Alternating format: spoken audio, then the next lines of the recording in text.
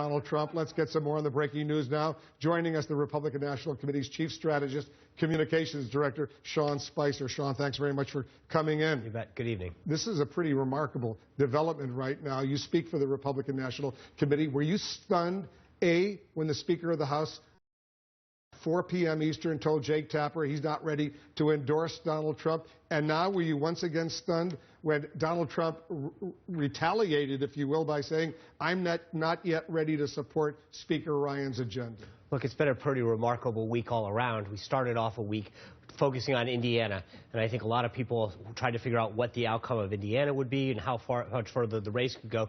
You've heard me say before, and I think Speaker Ryan echoed that everyone anticipated this race would go to June 7th because Donald Trump won't be the presumptive nominee officially until then. So there was a lot of, no one was really anticipating the week that we've had, that Ted Cruz would drop out and subsequently Governor Kasich would drop out of the race.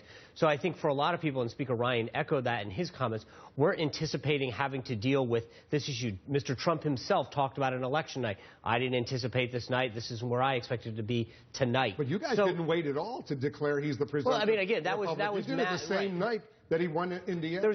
There was a reality facing us, which is once Senator Cruz said that he wasn't continuing his campaign, the math became obvious, and we wanted to make sure that we partnered as quick as possible, that we began this process of unifying the party, and that we could focus on the general election, get our resources together, because unlike the Democrats who continue to go at it pretty epically, Bernie Sanders and Hillary Clinton will have to go to June because she hasn't been able to break away from Senator Sanders. You've got to admit, this is pretty amazing. Well, I think, look, let me ask you a question, because I've covered politics for a long time. I know. When you have a presumptive nominee from either party, that person very quickly becomes the leader of that party.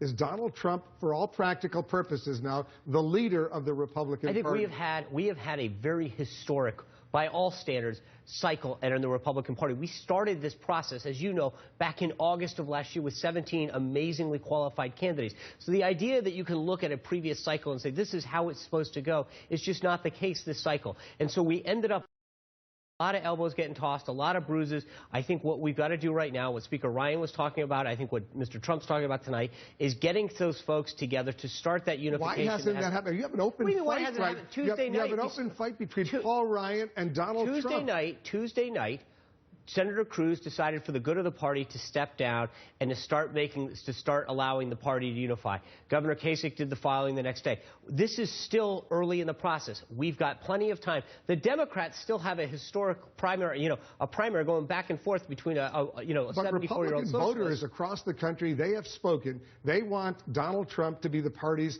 nominee. Yes, he will be the party's, won, and he deserves to be. But he will be the party's nominee. Right, but we had 17 folks. You would think, Sean, and correct me if I'm wrong, after he's declared the presumptive nominee, the Speaker of the House would either reach out to him or Donald Trump would reach out to they would have a little dialogue, a little conversation before you have, in effect, a conflict that is developed. I think, and from what I understand, they're working on setting up a meeting next week to sit down and to start that process, that discussion that Speaker Ryan wants to have. So I think it's going to happen. As the Speaker mentioned, I think he's going to get there. The Speaker cares dearly about this party. Everything that you've heard Paul Ryan talk about since he got into Congress, all the way up through his vice president, being part of the ticket last time, through his ascension to House Budget Chairman and House Ways and Means Chairman and now Speaker, has always been to think big about the party. He cares deeply about the party. Here's the question. They disagree, clearly. Trump says you got to support my agenda. The Speaker wants him to support his agenda. He made that abundantly clear. Who's the leader of the Republican Party right now? Would it be Paul Ryan or Donald Trump? It's not an either or. Donald Trump will be the presumptive nominee of this party. Okay, and so by de facto, he's the largest voice out there, and he is the top of the ticket. But Paul Ryan is the Speaker of the House. He's currently the highest elected official. Mitch McConnell is the majority leader of the Senate. Right. Is the chairman of the party. We've got a lot of amazing governors from coast to coast. It's not you get one person, but yes, is the presumptive nominee the biggest voice in the party? Absolutely. Did you guys get a heads up from the Speaker that he was about to do this? I think you know well that Chairman Priebus and Speaker Ryan are good friends. They talk quite often. They're both from Wisconsin. They're both from Wisconsin. Did he know, the chairman, that Paul Ryan was going to come out today and say, I'm not yet ready to endorse Donald Trump? The chairman and Speaker Ryan had been talking about the Speaker's concerns about endorsing him and what he was going to take to get him there. He was not aware that he was going to be on CNN today and make the comments that he did. If he had known, would he have tried to talk him out of it for the good of the party? Because you guys need to try to unify right now. I think what the chairman wants to do is to bring them together. My understanding that's going to happen because when is that? My understanding is that they're working on a date for next week. But the point is that there's a lot of... Is Reince Priebus the mediator right now? He's not he's the leader of the Republican National Committee, and what he's trying to do is to reach out to all people. You saw the tweet Tuesday night. It's time that as a party we unite and defeat Hillary Clinton. We cannot have Hillary Clinton in the White House. This isn't just about 4 years. For Republicans and conservatives, we have to understand that the spending, decisions, and nominations that she'll make to the court could last a generation and be irreversible. This is what the Speaker told Jake Tapper. He says, I want to know if Trump shares conservative values, unlimited government, the proper role of the executive, and adherence to the Constitution, to which Donald Trump has now replied, perhaps I am not ready to support Speaker Ryan's agenda. That was his agenda. I am not ready to support Speaker Ryan's agenda. Perhaps in the future we can work together and come to an agreement about what is best for the American people. But then he takes this dig, and listen to this. He says, they have been treated, the American people, so badly for so long that it is about time for politicians, I think he's referring to Paul Ryan, to put them first. Well, I think I'm glad that they're going to sit down and talk next week.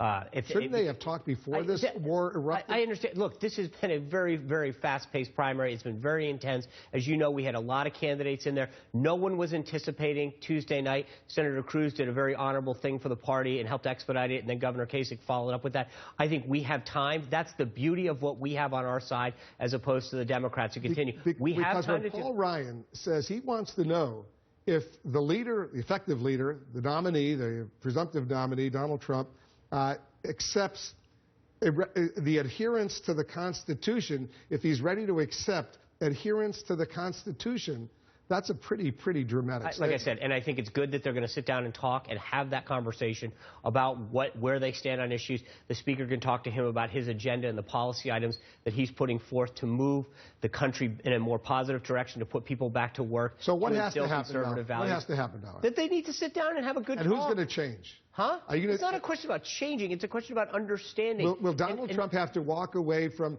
the ban on all Muslims coming into the United States? Will he have to walk away from the deportation of 11 million undocumented? That's not what the Speaker said. And I don't think you're going to have a question of, you give up this. It's not a question of compromising. It's a question of understanding. And I think what the Speaker laid out tonight was saying, I need a greater understanding of these issues from the nominee. And what clearly the nominee is saying is, I'd like to know more about your thing. I get it. This has been a fast-paced environment that we've lived in right now. We had 17 candidates. It got whittled down real quick at the end.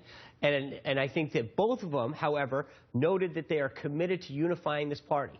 And look, and one thing that both of them further get is that without a unified Republican Party, we're giving a huge hand up to Hillary Clinton and helping her put in the White House. And that's something that every Republican, every conservative should understand, that not being unified results in a greater chance of a Hillary Clinton presidency. We have a lot more to talk about. There's a lot of other divisions within the Republican Party that are emerging right now in the aftermath of Donald Trump becoming the presumptive nominee. But I know Donald Trump. I've known him for several years, and my own gut tells me that when he heard these words from Paul Ryan to Jake Tapper on CNN, he saw those words as a lack of respect for Donald Trump as the presumptive Republican nominee. That's why he responds this way. But let's continue this conversation. Okay. Sean's not going anywhere. Much more with Sean Spicer right after this.